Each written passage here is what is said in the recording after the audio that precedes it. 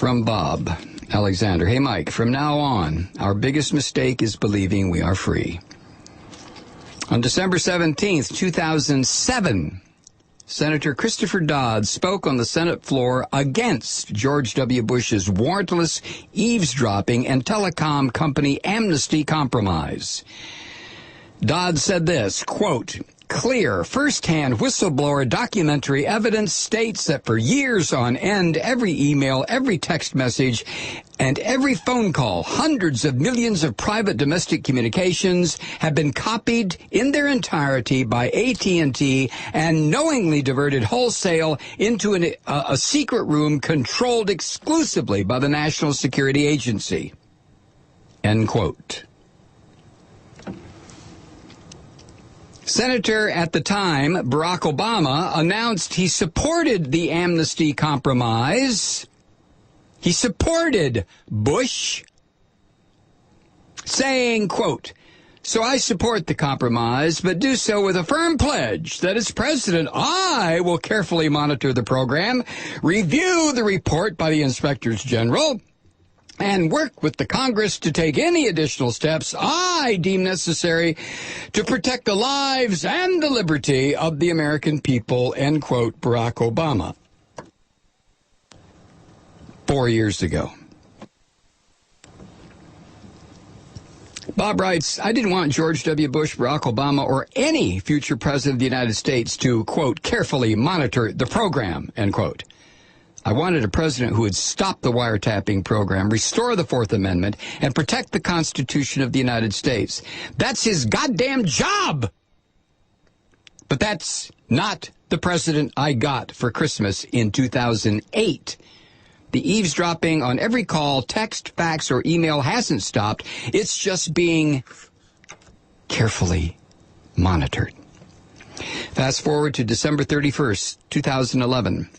When reader-supported news editor Mark Ash wrote, quote, "President Obama today signed the highly controversial defense spending bill, the National Defense Authorization Act, with its so-called homeland battlefield provisions, which allows, according to many legal scholars, the indefinite detention of U.S. citizens by the U.S. military. What is most striking is a lengthy signing statement by Obama in which he maintains his reservations about the homeland battlefield provision, saying, I've signed this bill despite having serious reservations with certain provisions that regulate the detention, interrogation, and prosecution of suspected terrorists. His defense, Mark Ash went on, of civil liberties in the signing statement was passionate. Nonetheless, at the same moment, he signed it! End quote, more or less. Bob Alexander. So, as of now, anyone, anywhere, can be detained indefinitely by order of the President of the United States. Obama said, quote, I want to clarify that my administration will not authorize the indefinite military detention without trial of American citizens, end quote. But what he just signed says he can. We just have to trust him. And all future presidents from now on. Florida Democratic Representative Debbie Wasserman Schultz says she'll be working with other Democrats to repeal the homeland battlefield provisions as soon as Congress reconvenes. Good luck with that one. What are the chances a Republican-controlled House will repeal provisions it had already passed in a vote of 283 to 136?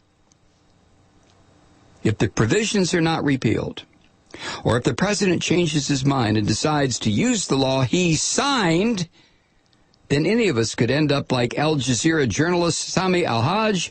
He was arrested in Pakistan on December 15th, 2001, and detained at Guantanamo for over 6 years. According to documents published by WikiLeaks, the government, our government, wanted Al-Haj, quote, to provide information on the Al Jazeera News Network's training program, telecommunications equipment, and news-gathering operations, end quote.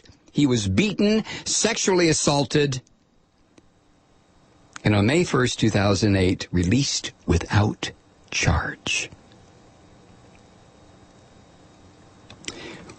We are all now officially small prey animals. We have the same rights a field mouse has against a hawk. Prey animals can't get a lawyer or a trial. Prey animals get eaten. So let's kick off the new year with what we know about the late, great United States. Well, war criminals are immune from prosecution. The president to declare martial law by deciding a public emergency, and this public emergency can be anything he says it is. The president can scoop up U.S. citizens and detain them forever if he wants to, because habeas corpus is now a memory. This government doesn't mind backsliding into slavery.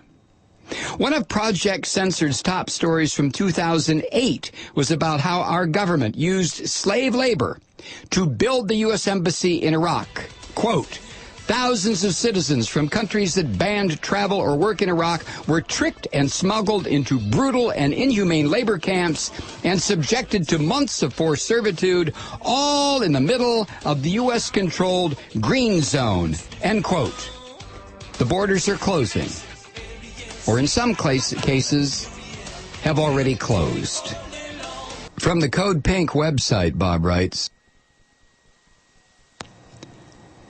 quote, in October 2007, Ann Wright, retired U.S. Army colonel and former diplomat who quit in opposition to the Iraq War, and Medea Benjamin, co-founder of Code Pink, were on their way to Toronto at the invitation of the Toronto Stop the War Coalition, but were denied entry into Canada.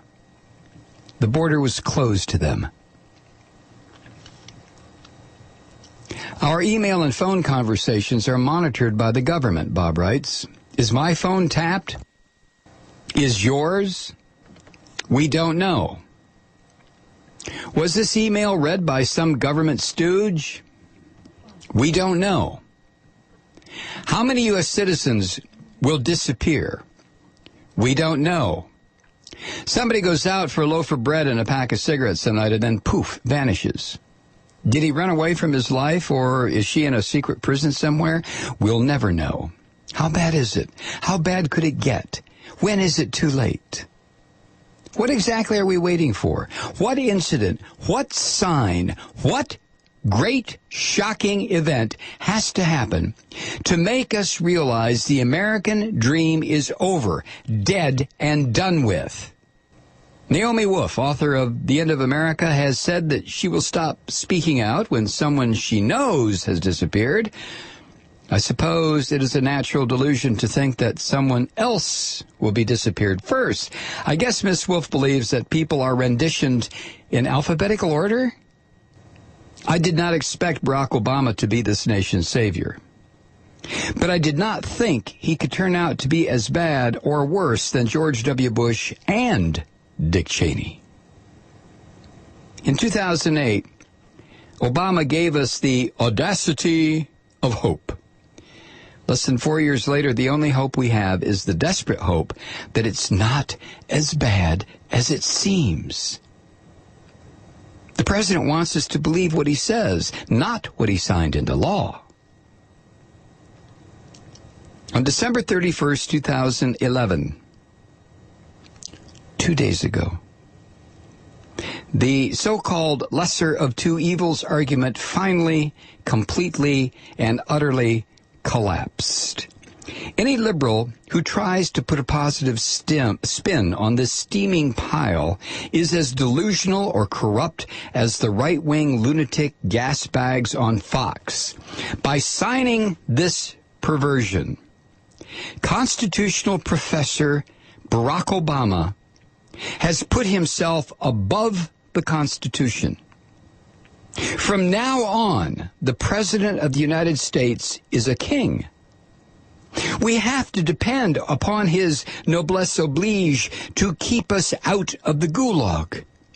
Jesus Christ, I'm starting to agree with Sarah, I've lost my goddamn mind, Palin.